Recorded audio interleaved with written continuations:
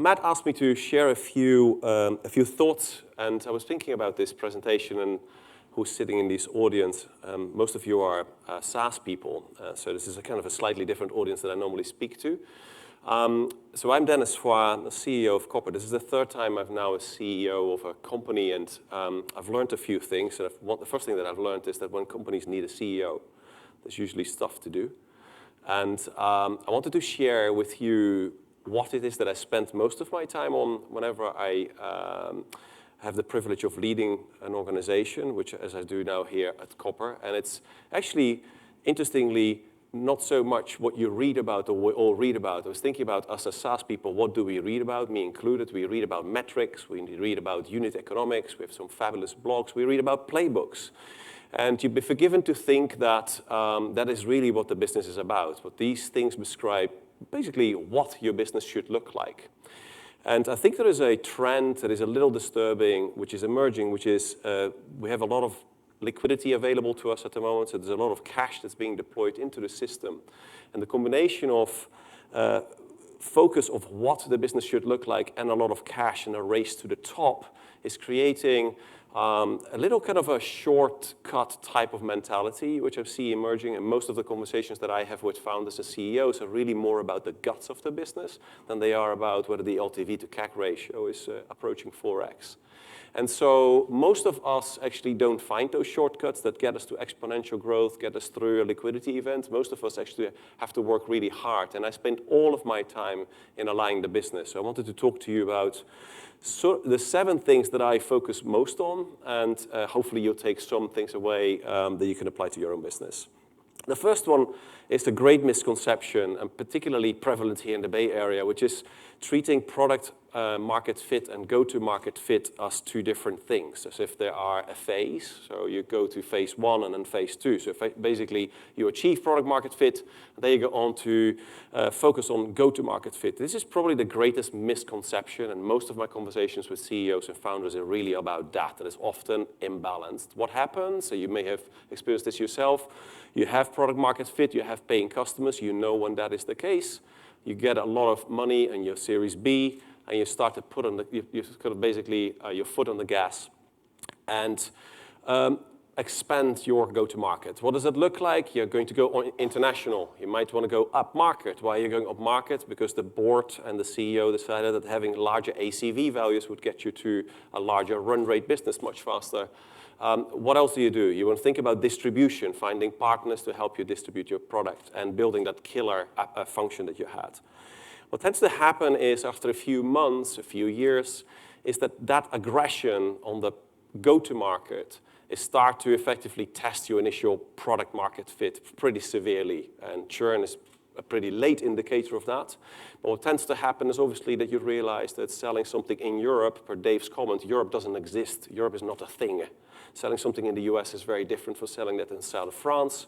And selling it in the south of France is very different from selling it in Spain, and so forth. And selling to Italians, it's a recipe for disaster.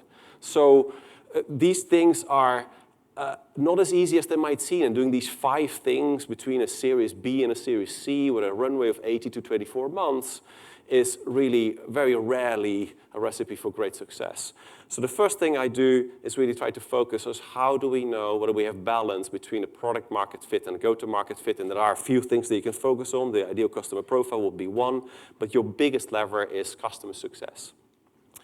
The second area that I focus on is people processes. Now, this might sound a little fluffy. What I don't mean is HR. I know that all of us have great leave policies, we have great incentives, we do all the right things, we run legal businesses. But when I double click sometimes on probably our most valuable, or arguably our most valuable asset, people, most of you have gross margins higher than 80%, and so all our profit and our costs sit in leveraging and deploying our talent. Yet when you look at how we do that, it's very curious to me that the depth in those processes is not always that deep. So I ask questions in particular around who of you tracks their hires every month? So if you track your hires every month, you know how many people you hired. Most people stick their hands up. They say, fine, I know exactly that we've got a hiring target by quarter, by month, by year. When you ask the questions, how many of last month's hires were successful? Usually the question, the faces of the exec team kind of drop down a little bit and start to look at their notepads. And we then ask is, who is our top recruiter in the business in the form of managers? Fewer faces look up at you. And it's actually remarkable to think about our growth all comes from people, how bad we actually are at understanding how many of our hires of the 20 people, 30 people, 40 people that we've hired last month of quarter are actually successful in the business within a month. Because you should know within a month. Why should it take longer to be successful in your business? Does it take longer? Why is it taking so long to be successful in the business? So the point that I'm making is that you'll find in all of these things that we say we do that have got nothing to do with unit economics of metrics. We're pretty sloppy. And most of our leverage and most of the leverage from the discussion actually comes from being actually much more precise there and much more invested and interested of what makes people successful. And I'll give you an example of how we do it at Copper. And what I found is that you actually need to make your executive team successful, sort of basically part of that equation and not delegate it to HR. So the last thing you want to do is saying, hey, HR, please make the hiring process, enablement processes, and the success rate of our customers, of our employees, part of your key result. Because really what it should do, it should live with your team, with your leadership teams and with your managers. And so what we tend to do is every time I have a planning session, every time we have a QBR, what I ask the team to do is to describe an org evolution. You can kind of see that. In this case, it's me. I effectively say, well, give me your time horizon. In this case, we're coming out of Q3. Let's call it Q4 in October. This 2 to 3 months horizon, what does my team look like? And so I'm forced to describe that. Now, there's a couple of things wrong with this picture. There are no names in it, which is bad. The heartache and the headache starts when you start putting names in it. And you need to be able to describe those names. That's one.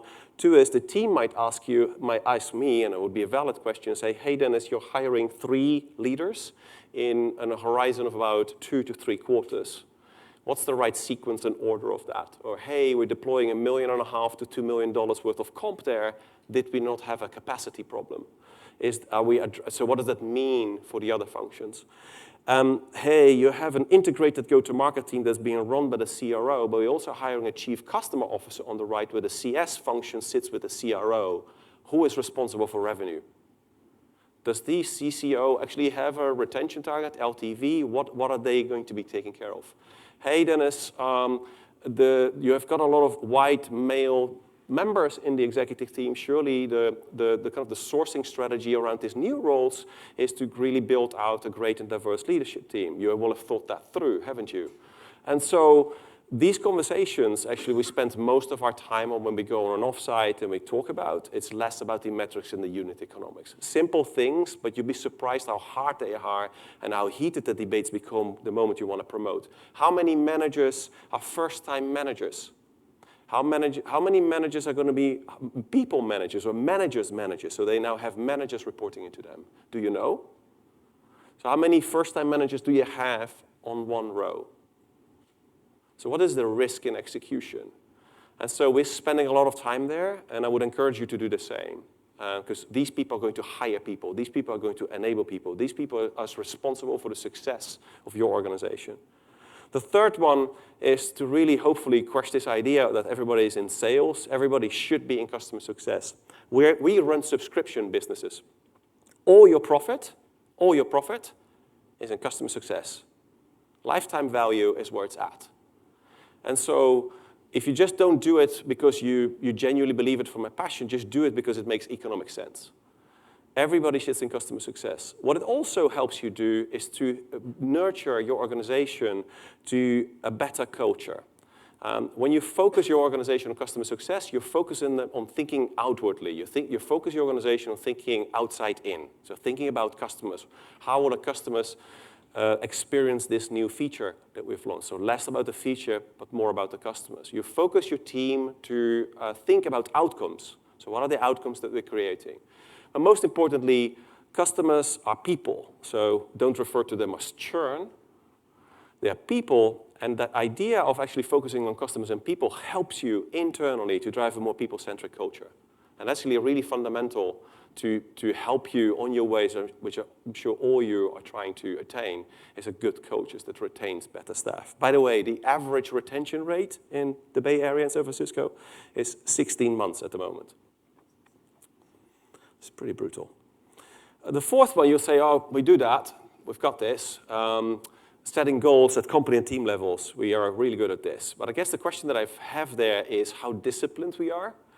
Are these goals being discussed on a weekly basis? Do you have owners against all of these goals?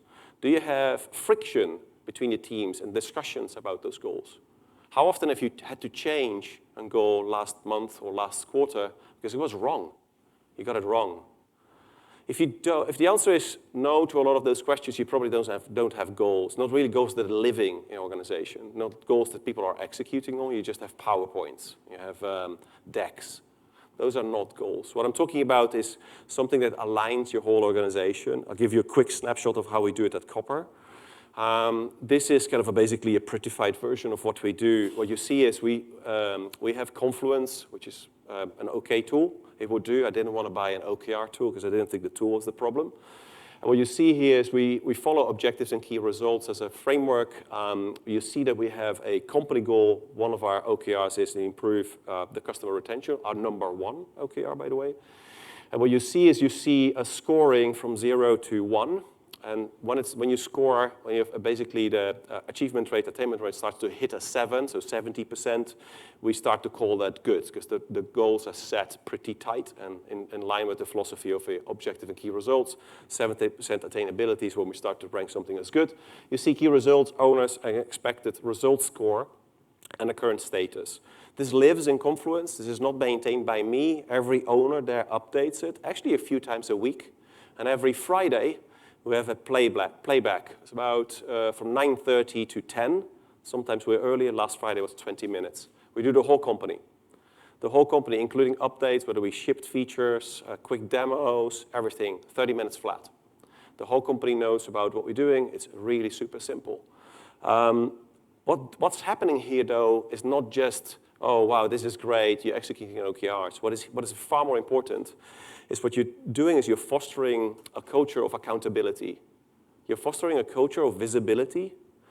And what you're doing is you're delegating this accountability to the individuals. So the people are not doing this because of me, because I want to see it anymore. There's nothing more powerful than a teammate getting up and talking about their OKR in front of their team. You cannot skip that step. If you want to scale an organization, you need to have thought about delegating accountability to the teams. And there's nothing stronger than that psychology. And I see so often that when people are setting goals that actually it's the CEO, the COO, the CFO that's basically staring at a blank sheet of paper until their forehead bleeds and coming on with the goals. That's a bad way of scaling your business. These things should be second nature. The fifth one is that, this is a bit of a tough one. Certainly took me a few headaches, this one. As every leader provides a forecast weekly to each other. And so every leader at Copper, and also at my previous companies, provides a forecast. Why am I doing that? Again, it's the same thing. I want the team to be dependable and creating accountability, visibility to each other. When I mean every leader, I mean every leader. Finance, our CFO, provides a gross margin forecast, a revenue forecast, and a cash forecast on a weekly basis.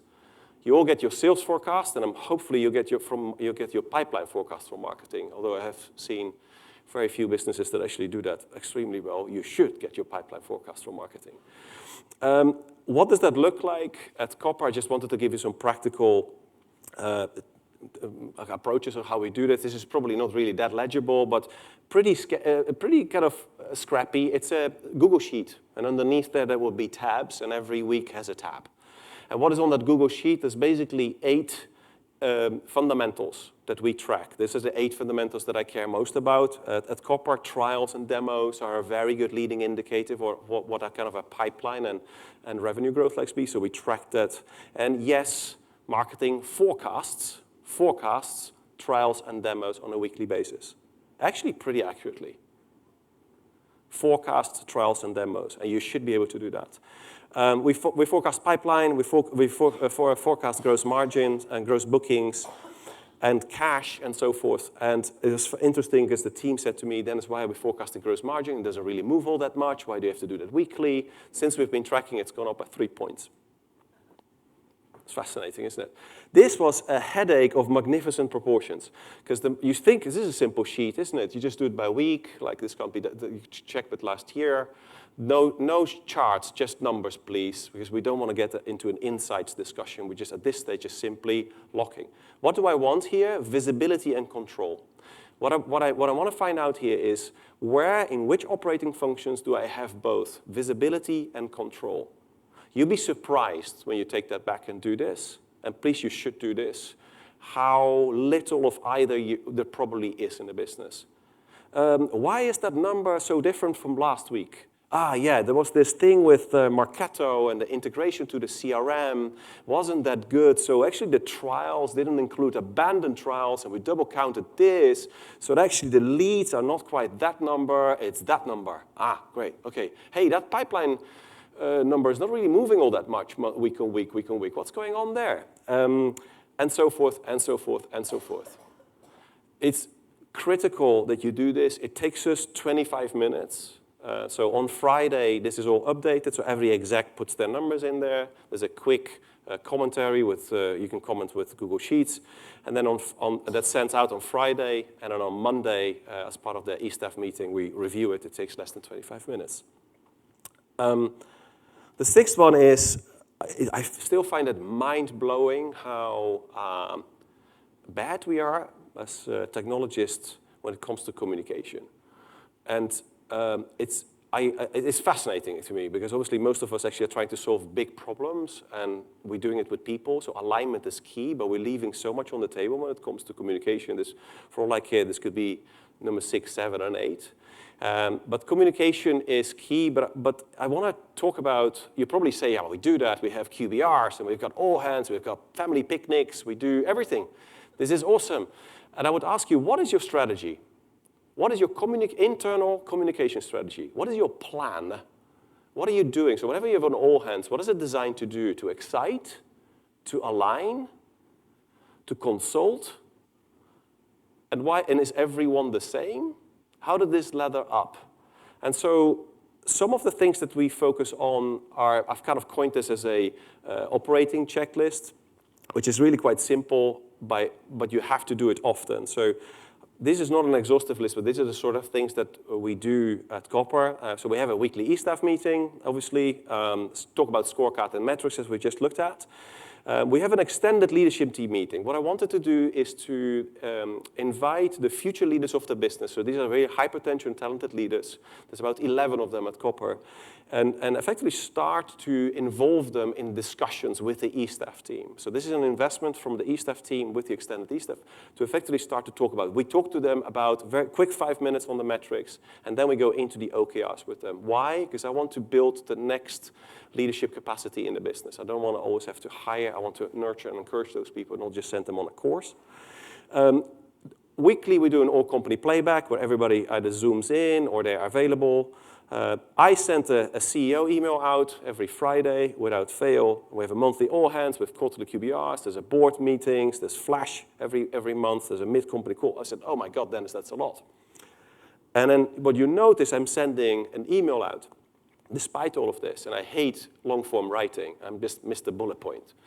And so this email, every time I look at it, it's like, oh my God, here we go again. I have to write whole paragraphs, full sentences, need to check my grammar. Everybody's going to read this. Why do I do that? I do that because I want to engage the introverts. I want to engage the introverts. Think about your communication strategy and think about what you do. Most of it is broadcast. Most of it is event-based. Most of it is multi kind of people. And it favors extroverts. People that like to be in the limelight, people that are okay public speaking. But your introverts hold a tremendous amount of thoughtfulness that you want to tap into. In fact, I get most of the most thoughtful emails from our engineering team directly as a reply to my emails. Every Friday, I had some interesting topics about the CEO dinner that was effective. There was a question, should the CEO speak up on public matters? I got emails this long for our engineers.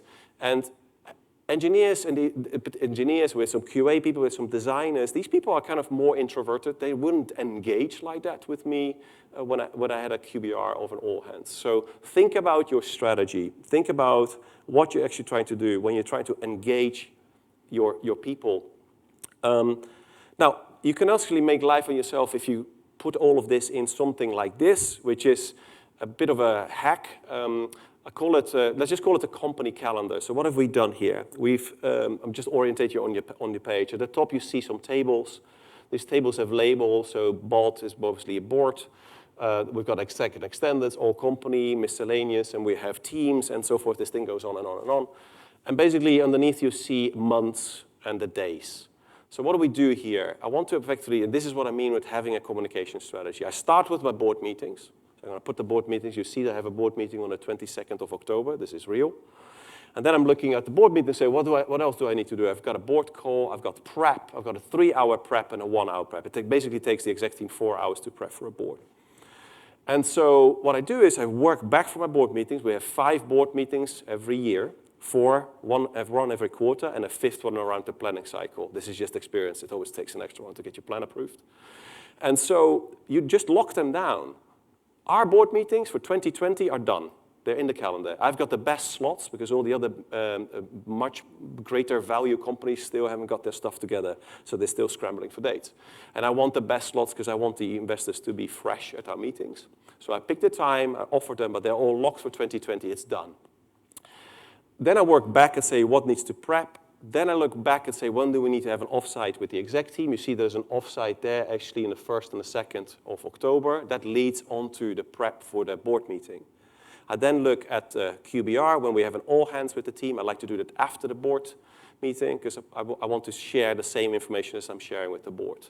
You get the idea, right? You effectively populate your calendar. It creates a lot of stability. Your dates don't move. You know, the QBR all of a sudden doesn't change last moment. It causes a lot of anxiety when things change like that, big events. It creates stability, and it's actually super easy because the 2020 calendar is done. It's locked.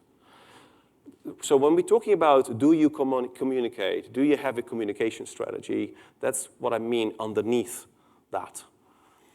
The 7th one, the final one, is really about culture. I mean, we talk a lot with Dennis. We've got a great culture. When people join us, we have the best swag. You know, the desk is done. We wrote them a note, and there's a card, and we love it when they lay out their swag, and I take a picture, and I stick it on LinkedIn. We all like it, and endorphins are rushing through our systems. It's an awesome culture. Great. That's why we have industry low retention rates in SaaS. We have the worst retention rates across, including telco companies. Telco companies, think about this. Telco companies retain employees better than SaaS companies today. That's nuts. That's nuts to me. I can't get my head around that. And so what is this about? And I've learned a lot because now I have a company full of millennials. And I wasn't so sure about this at first. I thought, how is this going to work out? But I've come to really love this generation because there's just one thing that they hone in laser sharp is authenticity. Is do you do what you actually say? So your actions here matter. It's really all about your actions.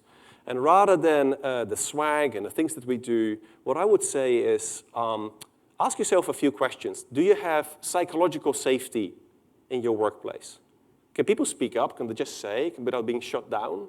Do you have a diverse team? So diversity of thought, not just gender diversity, racial diversity, also people from outside the Bay Area. You might be surprised what they bring. We'd recently opened an office in Toronto, and it just really expanded our horizon dramatically. Do you have intellectual honesty in the teams? Do people say when they don't know? Or do they say, oh yeah, I know exactly what that is. I'm a last startup, we did it like this, know the answer, absolutely, let's go. We all know in the room at that point that was entire bullshit. Do you hold each other to account? Can you just say, hey, I love you a lot, but that was crap. You said that you would do this, you didn't do this, it was Monday, I had to come to you, it wasn't done, I found out on the day I needed it because I needed to go and present it, this was crap. Do you do that?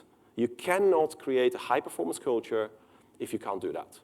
So when it comes to culture, I think ultimately, for me, it comes down to authenticity trumps everything, because people need to see that what you do and what you say are one and the same thing. This is also why I write these things and why I try to lead from the front as much as I can. But I want to put to you, when you bring all of this together, that you have far more control in your business than you might think when you look at the metrics. And it's really all about the inputs, and you have really a tremendous amount of control. You should be competitive when it comes to your people processes. You should be doing that better than your competitors. You can count on your competitors being less versed, less tight, less disciplined on their communication than you are. And if you retain your people for a couple of months more, you can engage with your eNPS. By the way, check your eNPS.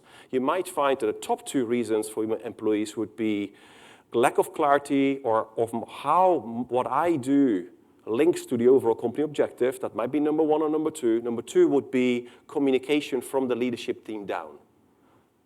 Look at your eNPS. And so if you do these 7 things well and you start with there, actually the only thing you really need to focus on is authenticity. Just be yourself, because the rest kind of falls into place.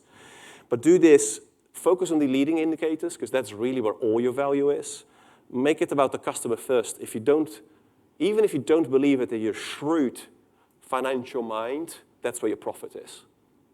Then just do it for the sake of the P&L. It's a horrible course, but it works. And lead with vulnerability. I think people just want to see, people are kind of done with the bumper stickers, management, HBR, insights, and just want to see that you sometimes don't know the answers, and they sometimes fall flat on your face. You just say, hey, I went flat on my face. Not a big deal. But for most of all, just don't pursue valuations. Just build a great company. Just do the right thing, and do it the right way. I think ultimately, most of us are in here for 5, 7, 10 years in the company, especially if I'm not a founder, I'm a serial CEO scaler, but I see these things over and over and over and over again, and it's got nothing to do with your unit economics. So hopefully you had a few insights. Just wanted to, thanks.